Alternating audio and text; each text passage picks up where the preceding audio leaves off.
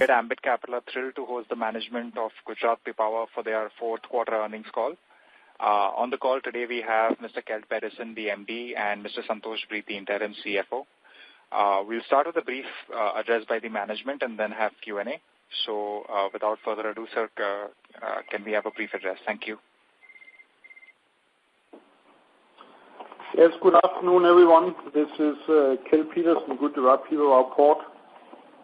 So for this call today, while we normally look very much backwards and explain the numbers that we have put behind us, then we would like to change it a bit by giving you a careful indication of how we look at things while we move forward at the same time. So jumping into the numbers that you all have, then we have delivered a 19% increase in container volume, which is equal to a volume of 205,000 TEU for the quarter. This is actually a record volume, which we are very proud of. Going forward for the financial year 18-19, we hope and expect that we can keep a run rate around this number, or continue to grow further. That is, of course, our ambition, but at least be able to keep the run rate also. So for the dry bulk, I don't have a lot of comments. It is 52% decrease. It is still fluctuating. And when we look at last year's number versus next year's number in totality, then it is still fairly unpredictable, and we don't see a great lot of light in terms of growth in this part of the business. For the liquid, for the quarter, we did 210,000 metric tons. This is a 35% decrease versus previous quarter. We have, however, no concerns at this point in time that we would not be able to keep previous or the run rate we have had in average over the previous quarters. And the same goes for our ro-ro business, where we have a 22% decrease with 23,000 cars. You may remember we have been up touching 30,000 cars. We still have no expectation or clear indication that we should not be able to deliver the same average run rate or better for ro-ro either. Going into the financial results, then we have delivered a revenue of 1.655 million rupees, which is a 2% increase versus previous quarter. And now I know there will be a number of questions, so we will come back and try to address that up front. On the expenses, you will see a 7% increase versus previous quarter, mainly borne by a maintenance dredging expense in the range of 10 crores. The EBITDA of 930 million is a 2% decrease, and that takes us to a margin of 56.9%, which is 200 basis points lower than the previous quarter. So all in all, we end up for the quarter with a net profit of 486 million, which is 3% lower than previous quarter.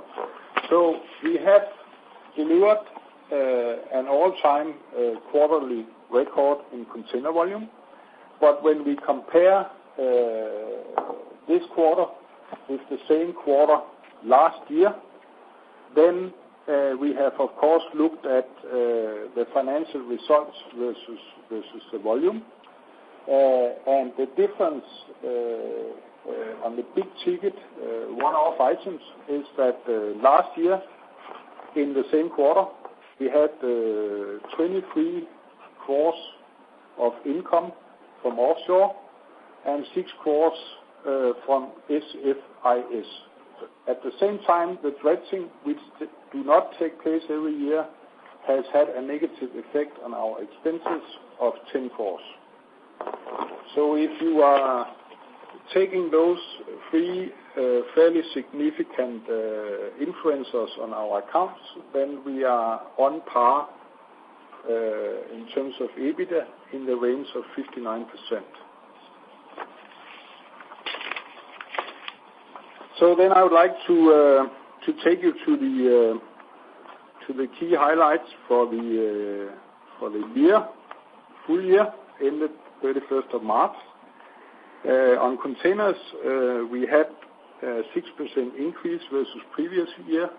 It is mainly driven by the last quarter of the year, which I have just commented on.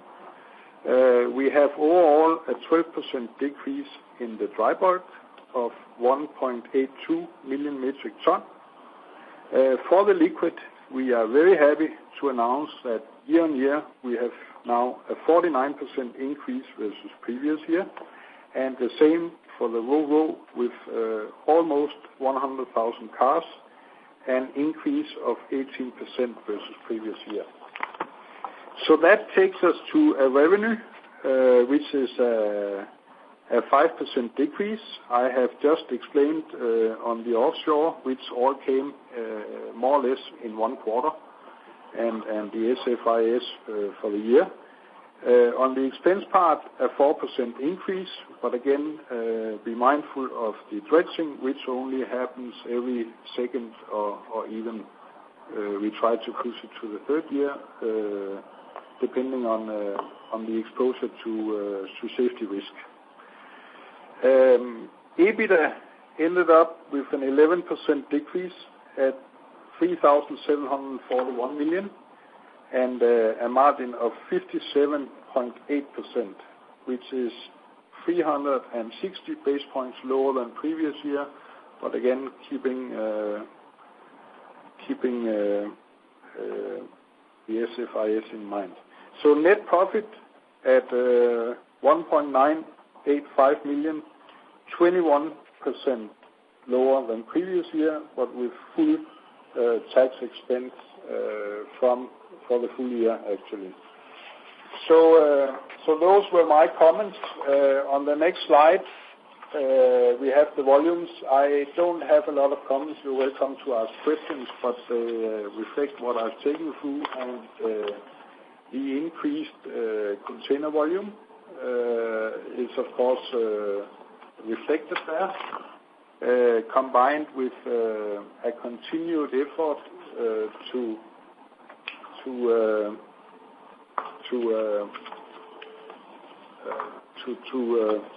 work with double stack trains. One last point before I hand over to Santos, which I'll take the honor of reporting, is that today the board has approved a payout dividend of 1.70 rupees per share, subject of course to final approval at the AGM in August, but it is equal to the full distributable dividend that we can do for the company. So with those words, Santos, please take us through the details. Thanks, Kjeld. So let me just quickly take you through the financial overview first for the quarter ended 31st March 2018. The total income for the quarter at INR 1655 million is up 2% from the immediate previous quarter, mainly because of the higher container business income. Container volumes, as mentioned by Kjeld already, 205,000 were up by 19% and are the highest quarterly volume what we have handled in Pipavav so far. Bulk volumes were lower, 266,000, lower by 52%, mainly due to lower coal and fertilizer. Liquid volumes, 210,000 metric ton, decreased by 35%, mainly due to lower LPG imports, and that was because of the inventory building which has happened in the previous quarter. We have handled around 23,000 cars in this quarter, which is 22% decrease as compared to the last quarter. Overall, of course, as Kel had already explained, that when we look at liquid and RoRo volumes, then we are not really concerned, because when we look at our quarterly average, excluding this particular quarter, then these volumes are in line with the quarterly average volumes. Moving on to the expenses. The total expense at INR 725 million was up by 7% as compared to the previous quarter, and that is mainly because of the maintenance regime cost what has been incurred in this quarter. EBITDA at INR 930 million and margin at 56.2% were lower than the previous quarter because of the lower volumes from liquid and RoRo and on the expenses from the maintenance regime. Other income of INR 82 million mainly includes interest income on bank deposits. As we mentioned in the earlier call, the tax holiday period has ended for us as of 31st March 2017, and effective financial year 17-18, the company is under full tax regime, and the current tax is a full corporate tax. Net profit for the quarter at INR 486 million was down by 3% over the previous quarter. Moving on to the financial overview for the full year, the year ended 31st March 2018. The total income for the year ended 31st March 2018 was at INR 6489 million and was lower 5% as previous year. And the previous year, as explained by KL, includes the one-off offshore and project cargo revenue. Total expenditure at INR 2748 million was higher by 4%. EBITDA at INR 3741 million was lower by 11%, and the margin was at 57.6%. Net result, INR 1985 million was lower by 21%, and this was mainly due to one-off offshore and project cargo income what we had in our previous quarter, and also because of the maintenance regime expenses which has been incurred in this quarter. Lastly, the current year, as we explained already, is a full tax, what we have seen in the financial year 17-18. So as a part of our yearly account, we also published the standalone balance sheet and the consolidated profit and loss account and the balance sheet. And the consolidated profit and loss account includes the share of profit from the associate company of INR 226 million. So this was the overview of the financials, what we have published. We are happy to take the questions now. Thank you. Ladies and gentlemen, we will now begin the question and answer session. Anyone wishing to ask a question may please press star and 1 on your touch-tone telephone. If you wish to remove yourself from the question queue, you may press star and 2. Participants are requested to use handsets while asking a question. Ladies and gentlemen, we will wait for a moment while the question queue assembles.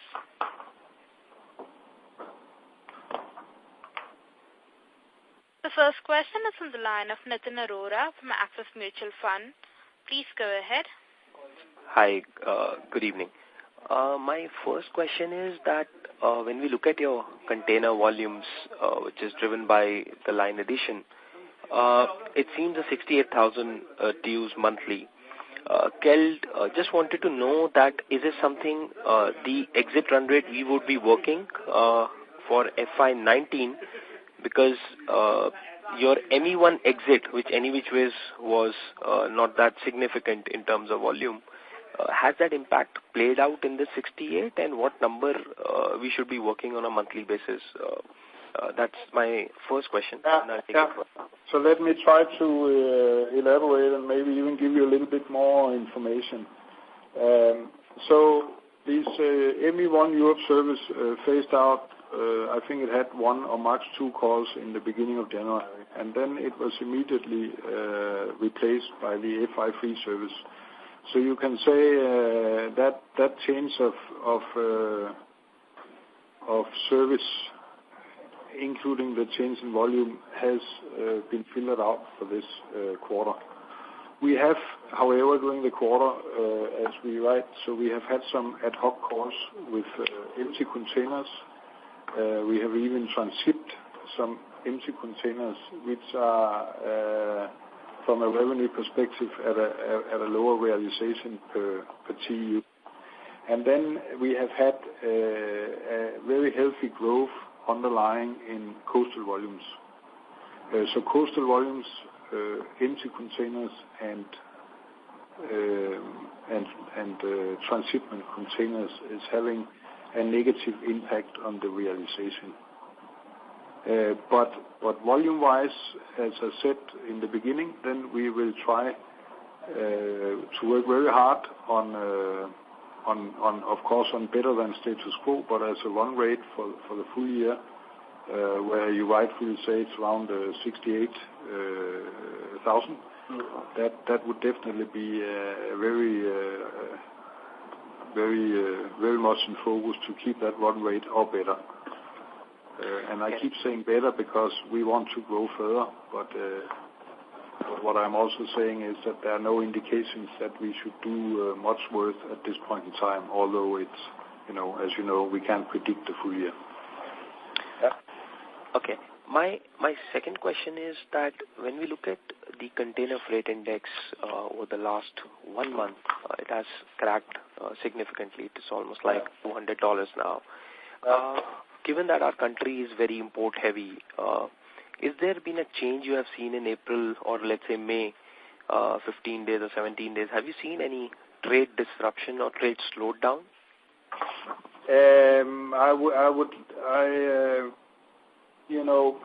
It's too early to say, but I would also like, in terms of the specifics, right, I would like to stick to the Qtr4 financial year. But I give you an overall,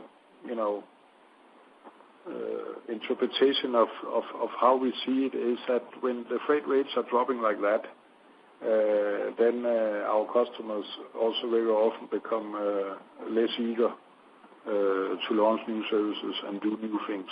So that's all I can say at this point in time. They can fluctuate a lot. We know that from the past. So I still like to see a little bit longer, or wait a little bit longer before we comment on the specifics behind the development of the Indian market. Okay. Just lastly, one on the bulk side, there's something. Have we lost any big customer? That's the reason the volumes are significantly down to about 0.26 million tons, and that would be the recurring run rate. No. So the bulk is very much winning tenders, and there are no indication that we will not continue to, how can I say, win some tenders and do some bulk business. But overall, year on year, the market is going actually quite dramatically down on coal and fertilizer, and that of course affects us. But it's not. It's not because of Pipavav, I will say. And I think when you see a 52% drop here, we can't promise you we won't deliver a record result next quarter. But on the other hand, it could also continue to go down. It's really fluctuating a lot. But overall, what we follow as a good indicator is the yearly trend, and that is down. It's a downward trend. Okay. Okay, my question was related, is 1.8 million ton on an annual basis is sustainable, or do you see a risk to that as well? That was the only question. I see a risk. In general, I see a risk for this market. And but for the others, we are still very positive. LPG, and we see a potential there for LPG, and we also see a solid potential for RoRo. And just to add, Nitin, we have mentioned this in the past call that bulk margins are not something what we are working on. So if you really look at, we are not really concerned with this reduction in the bulk volumes, because on the overall entity level, when we look at our EBITDA margin, then it actually is adding only a small part to the overall margin. But it's still contributing to the business, but it is with low margins. Got it. Thank you very much. Thank you. Thank you. The next question is on the line of Inderjeet Bhatia from Macquarie Group. Please go ahead. Hey, hi, Keld. Congratulations on the container performance with growth coming back. Thank you. My first question is on the container business is the two new lines that got added. Have they ramped completely? Because I think the first calls were made in early Feb, if I'm right. And so it might take another 1 quarter, 2 quarters for them to fully ramp up, or we are now at the run rate where it can be? I think they can still ramp up in the, it's hard to say how much, but I mean that's also why we are very careful by saying we hope to keep the average run rate or better. But because again, so as the question was just before on freight rates and markets and so on, we gotta be careful. But for sure, our ambition is to grow all our services more than what they are today, and that includes new services. And as you can see, we are extremely happy to have a very solid Maersk Line service that came in, and equally happy that COSCO from China has chosen to call our port. So it can grow more. We hope. Yeah. Is there any other line other than this two which has been added very recently? Because there was a talk about a third line likely to get added in April onwards. So what you are referring to, Inder, is about the merger of the 3 Japanese lines has come together to form the Ocean Network Service 1, and they have started operating as one entity from April. So they will also be operating certain services from Pipavav. Great. Okay, one last question on the financial side. On this dredging cost, is this likely to get repeated in any of the quarters in FY19, or are we now pretty much done with it for at least next 2 years or maybe even 3 years? So the dredging is on, and there will be some more costs coming in the next quarter. And how much would that be, roughly? That should be in the range of around 30 to 40 million. Okay, but that would be for the entire year, or and booked only the entire year. That's for the entire year. That's correct. Okay. It's almost finished, but they would have to pack down and wait for the monsoon now. Okay. That's it. I'll come back for more questions. Okay. Thank you. The next question is from the line of Atul Tiwari from Citigroup. Please go ahead. Yeah, thank you, sir. Sir, how is the pricing environment for the container business, given the addition of new capacities both in Mundra and at JNPT? And has the recent depreciation of Indian rupee resulted in increased realization for you in rupee terms because container business is in US dollars? Yes. So I'll take the capacity. I think that India's west coast, for the first time ever, is in a situation with surplus capacity now. So far, I do not believe in our numbers that we can measure any effect of it. But if you look at the coming years, with even more capacity coming on stream, then I think you can also expect that there will be a very fierce competition for cargo. That being said, then we have to wait and see how that eventually affects us. But fortunately, we are in a very healthy financial situation to sustain that if there should be even more pressure on price and rates because of surplus capacity. So on the exchange rate, Santos? On the exchange rate, if you compare the exchange rate with the same quarter last year, then we will not have much upside there on the realization.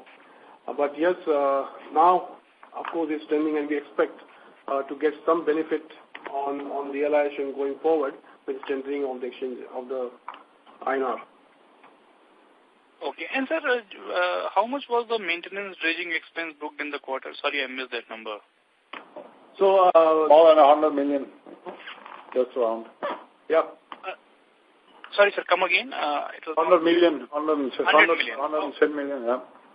Okay, thank you, sir. So 110 million is going to be the total cost of dredging.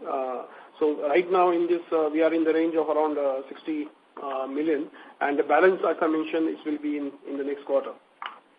Okay, thank you, sir. Thank you. The next question is from the line of Rajshri Maitra from CIMB. Please go ahead. Yeah, hi sir. My question is, you mentioned these transshipment of empties that was done in this quarter. Could you tell me how much was this, and how different are the realizations for this versus our regular cargo? So, well, this transshipment boxes, in terms of TEUs, of course, I can give a number. It was in the range of around 10 to 13,000 TEUs.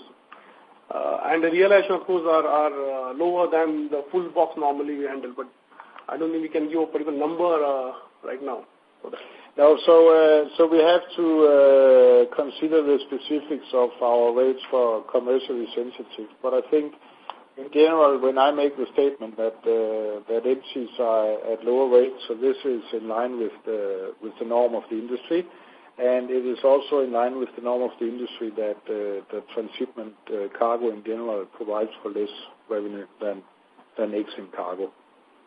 So now Santos have given you the range of the number of empties, but the realization, we would rather like to comment on the overall realization if that's interesting. Thank you, sir. My other questions have been answered. Thank you. Thank you.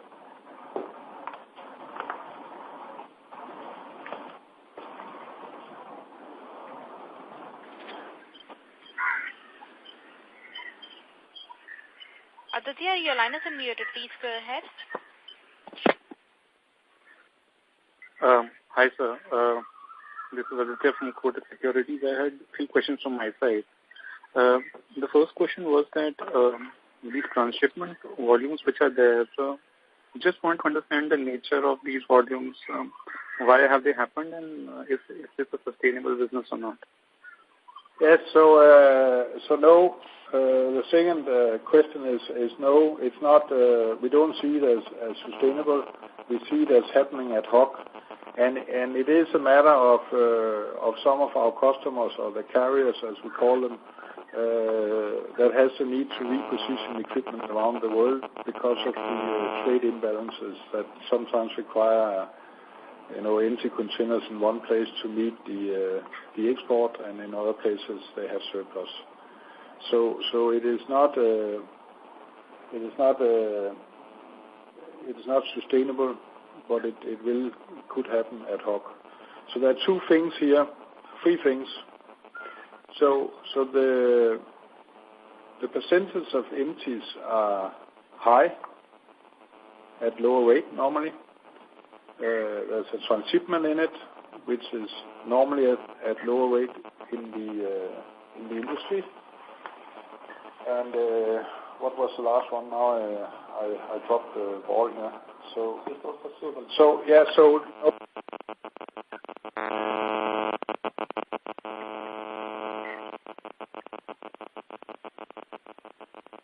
Hello. Ladies and gentlemen, the lines of the management seems to have got disconnected. Please stay connected while we reconnect the management. Ladies and gentlemen, this is the conference operator. Please note that the line for the management has got disconnected. Please stay connected while we reconnect the management.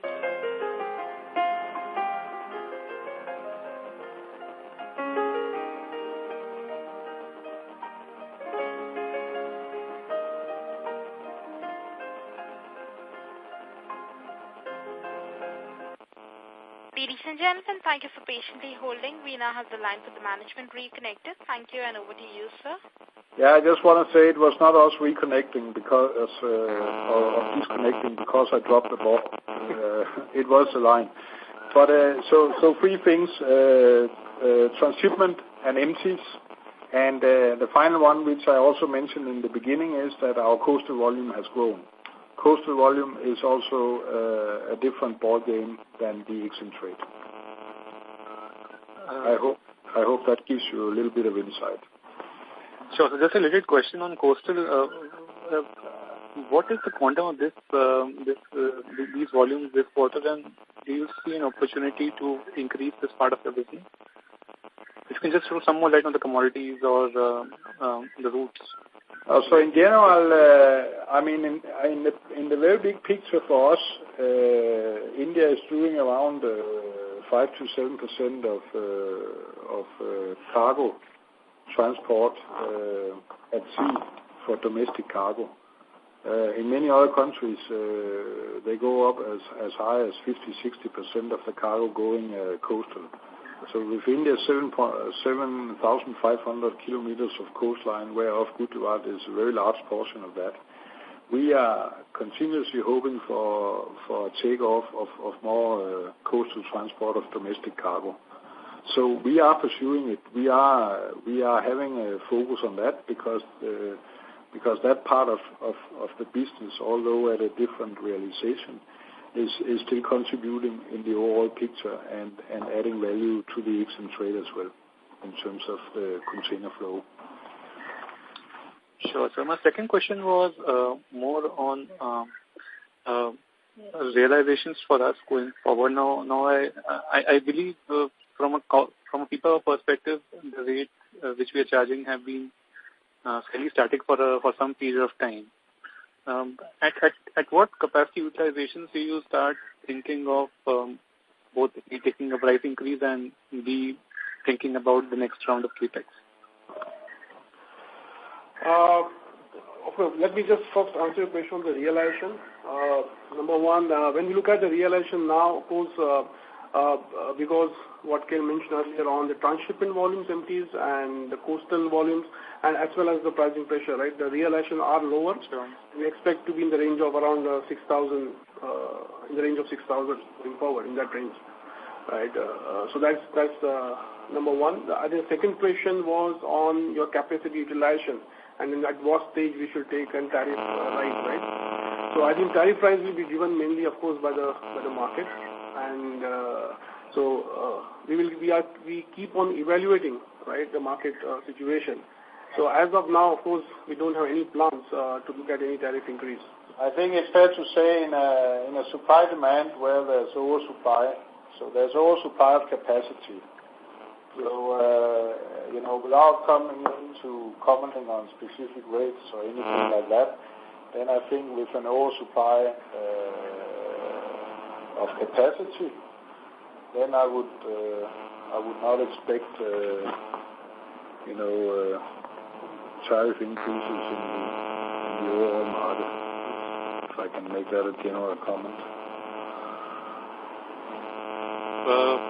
So on the next round of capacity expansion, at what utilization level, let's say, would it be at 150,000 TEU quarterly run rate that you would start considering expanding again?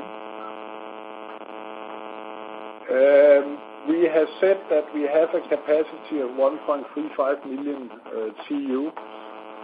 If you take the successful quarter for the container volume now of 205, and you say that's the run rate, so in the neighborhood of 800,000 over a full year without growing, of course, but I mean we will still have to see more growth before we will start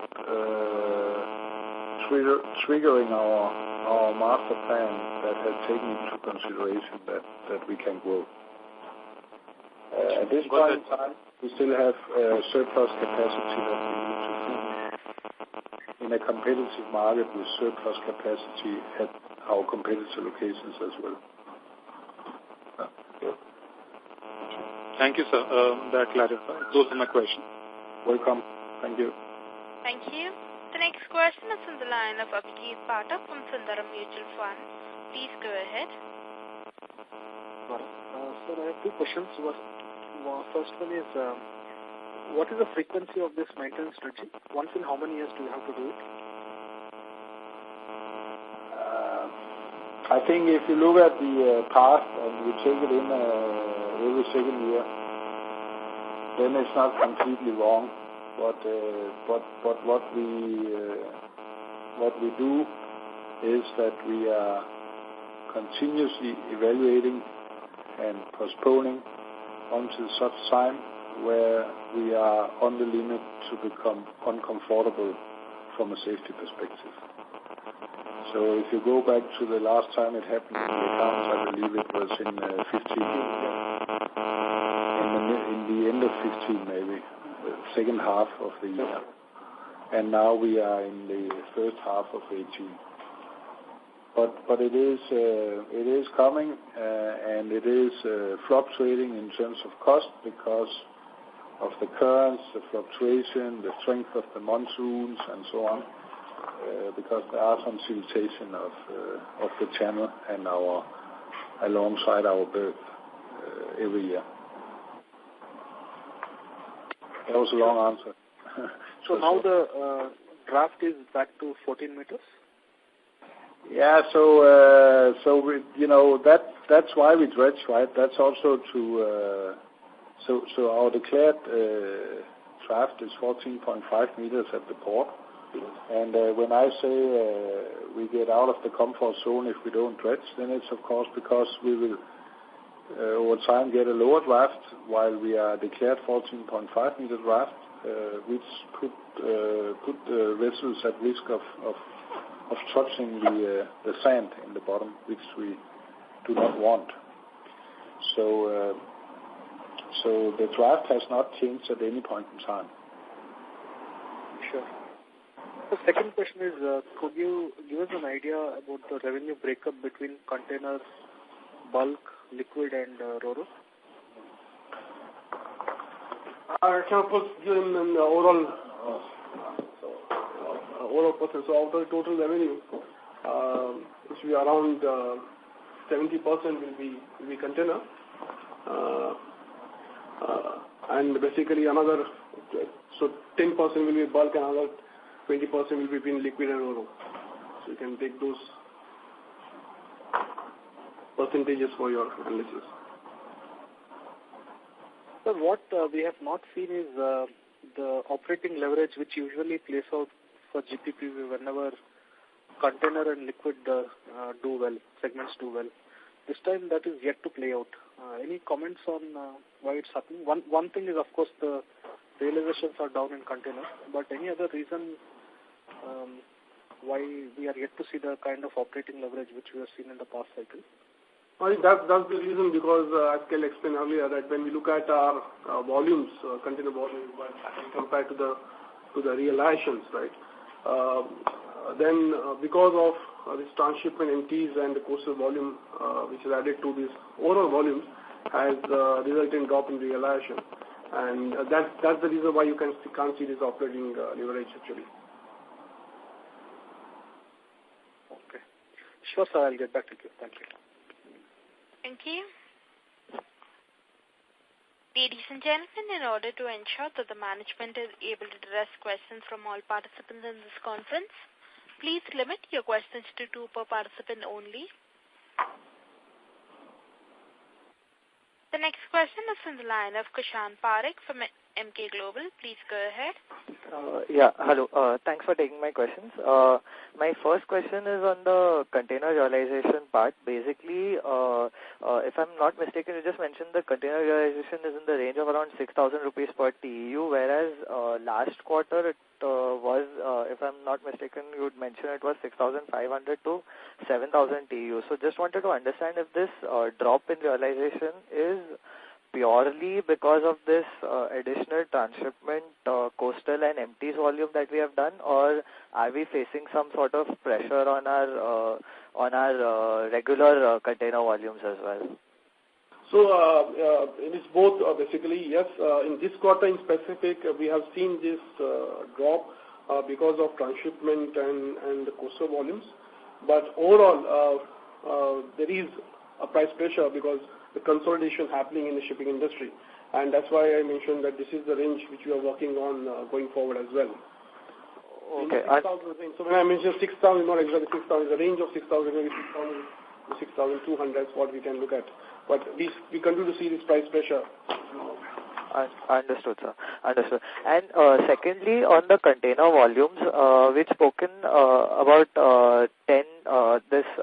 about around 10 to 13,000 TEUs transshipment volume that is included in this 205,000 number that we have done for the quarter, which again we mentioned that it's not really a sustainable kind of volume that we should see. So should we look at the sustainable volume number after removing this 10-13,000 transshipment number, which would come to sort of like a 65,000 kind of monthly run rate, or 68,000 is something that is actually sustainable even if you remove after removing transshipment? I think when we look at going forward, in the full year, so there's an organic market growth. There's a clear ambition to try to grow our existing customer services, and there's an ambition to, of course, always try to get more customers. Then I think the quarterly empty volume here, or transshipment volume, you can deduct it, but overall, we still expect to have a quarterly run rate of around the number we have now, maybe a little bit lower. And just to add, I think we also touch base on the new services that we hope that they will keep on growing, right? So I don't see much of a concern right now on this monthly run rate what we are referring to.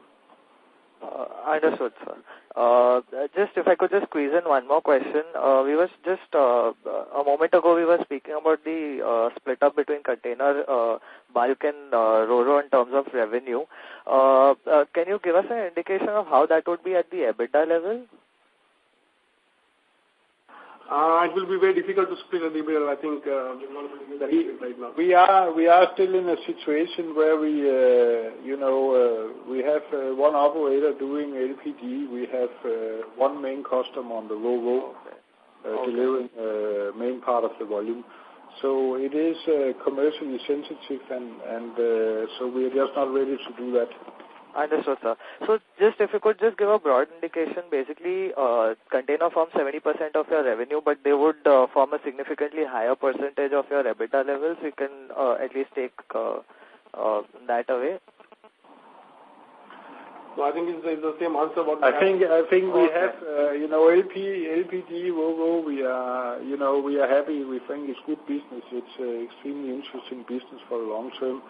We have been very clear on the bulk part of the business that this is a low margin cargo, but it is still contributing because we have the assets available, and there's no reason to not continue, although it is low margin cargo, but it drags the overall margin down. Okay, sir. Understood. That's all from my side. Thank you, sir. Thanks. Thank you. The next question is from the line of Chintan Seth from Sameeksha Capital. Please go ahead.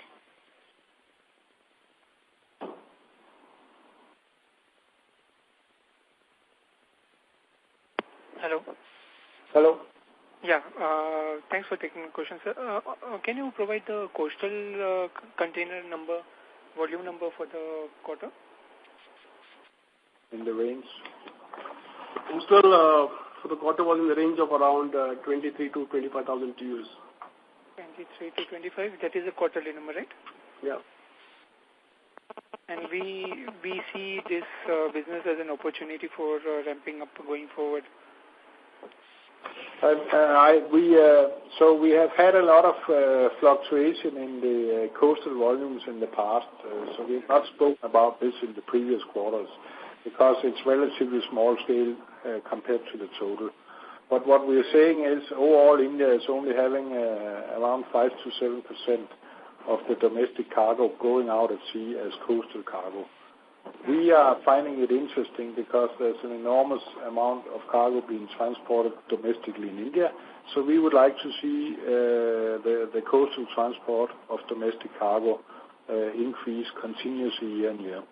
It is something we promote. It is something we're interested in, not only because it, of course, adds to our business, but also because it creates value addition to our other customers and the synergy effect in the oil industry.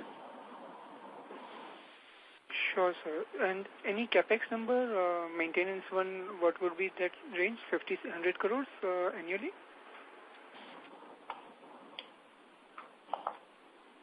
Yeah, it should be in the range of around 50 to 70 crores annually. Okay, sir. Thanks for the answering my questions. Thank you. The next question is on the line of Ashish Shah from IDFC Securities. Please go ahead. Yeah, good evening, sir. So first is more of a clarification on the maintenance dredging expenses. So to clarify, the 11 crore is the total expense towards maintenance dredging, out of which around 6 crores was incurred in fourth quarter and around 5 is what we expect in the June quarter. Is that the understanding? That's right. Okay. So second question is on the PRCL business. I mean, we see that we've consolidated about 21 crores odd profit for the year from PRCL. So this seems to be a significant decline from last year. The decline in the rail-based container cargo that we see from the data that you provide, isn't that material? I mean, there's probably a single-digit decline in the volume. So what would have led to such a steep decline in the PRCL financials? If you could throw any light on that, sir. So if you have seen our notes to the consolidated accounts, so there's a note which has been mentioned about having unaudited results from PRCL. So we have similar unaudited results last time, which was based on the management estimate. And there has been some adjustment to the last year number of PRCL. And that was mainly because of the new Indian accounting standards which were introduced. So they had to take some accounting adjustments because of those standards. When we had consolidated last year, these were unaudited, and that's why the impact of that has now been recorded in the consolidated accounts this year. And that's why you see this drop in the total revenue profit number from PRCL. Sure. So if I understand you correctly, the 36 crore number is not adjusted. That's exactly how you had reported originally last year. That's the right. 22.5 crore number includes an adjustment, a downward adjustment for the previous year number which was recognized, as well as the impact of the business as it would have been. That's right. Sure, sir. So the details we'll know only once the PRCL audited numbers are available. Absolutely. Right. Absolutely. We would like to see that as well. Sure. Got that. Thank you very much, sir. Welcome. Thank you. The next question is from the line of Indrajit Bhatia from Macquarie Group. Please go ahead. Thanks again. Santosh, my question is on the cash balance. Now we're carrying a fairly decent amount, which is well above our the dividend payout requirements and also above the capex numbers that we would have. So any plans on that? So, of course, we don't have any immediate plan of expansion, as Kate has already explained, right? And that's why we continue to distribute all our distributed profits, when we look at both the interim as well as the final dividend.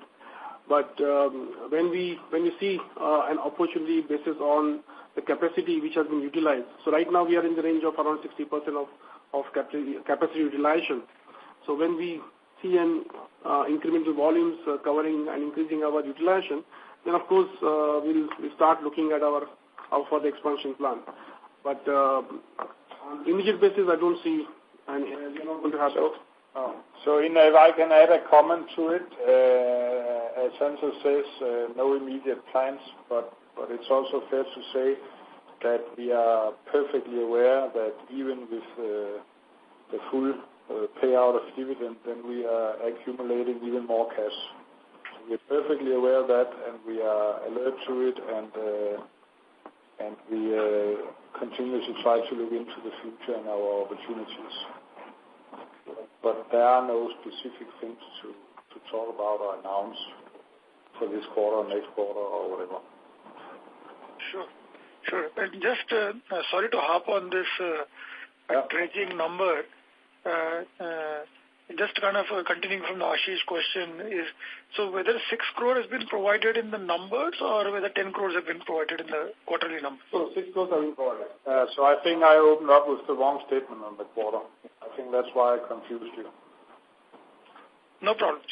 Thank you. Thank you. A reminder to the participants, anyone wishing to ask a question, may please press star and 1. The next question is from the line of Rakesh Vyas from HDFC Mutual Fund. Please go ahead. Yeah, hi, good afternoon. A couple of questions from my side. First, you are expecting a realization of almost 6,000 to 6,200 per TEU going forward. I just wanted to check, does that account for the rupee depreciation impact already seen in last 2 months? Yes, we have considered that projection as well. But again, as I said, it all depends on how it moves. So that the realization then will be adjusted accordingly. Okay. And my second question is related to the liquid and the RoRo business. So, Gerd, in opening remarks was highlighting that we should actually expect a run rate of what we delivered in third quarter of last fiscal. So is there enough indication on our part from the customers on the visibility of this kind of run rate going forward, or we expect the business to improve and therefore this number should automatically? I'm just trying to understand, is there a reasonable confidence on that number? So it's Kjeld here. So the reason why we are saying that, we hope and expect that we can keep the current average run rate over the year is because if we go back over the last, let's say, six quarters, then you will see a very significant fluctuations, for instance, on the RoRo, where we had a record quarter. I don't remember exactly the quarter, but in the subsequent quarter, we only had 50%, on the liquid. So we had a record quarter, and then it reduced with 50% the quarter after, and even further 50% of the 50% the quarter after, and then it bounced back. So if we look at the fluctuation we have had quarter on quarter, combined what we know about the market for liquid, LPG set to grow significantly in India over the next 5, 7 to 10 years, and we combine it with what information we have from operators and so on, then we have no reason to believe that we should not be able to keep the average run rate of the past 3 to 4 quarters. That is the same. That is exactly the same for the RoRo. Fair point. And last question: do we expect any significant one-off cost next year apart from the maintenance dredging that we have highlighted in terms of any repair, maintenance, etc. Apart from maintenance dredging? Is anything planned as a project for? No, we don't have any. No, not at this point in time. No. Okay, fine. Thank you so much, and best of luck. Welcome. Thank you.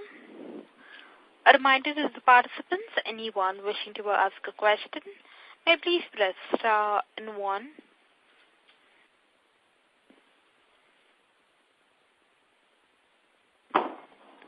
If there are no further questions, I now hand the conference over to the management for the closing comments. Yeah. So thank you very much for listening in. Thank you for for the very interesting questions.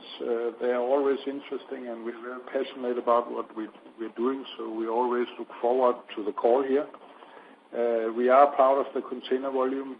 We have tried to analyze to see if we have any worse performance in terms of operations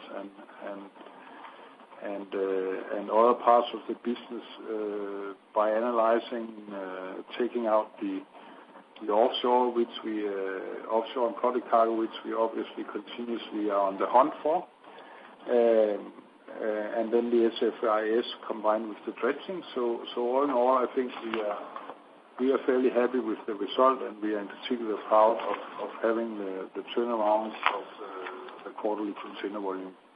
So with those few words, I wish you a very good day, and thank you. All the best. Thank you. Thank you. Ladies and gentlemen, on behalf of Ambit Capital, that concludes today's conference. Thank you for joining us, and you may now disconnect your lines. Thank you.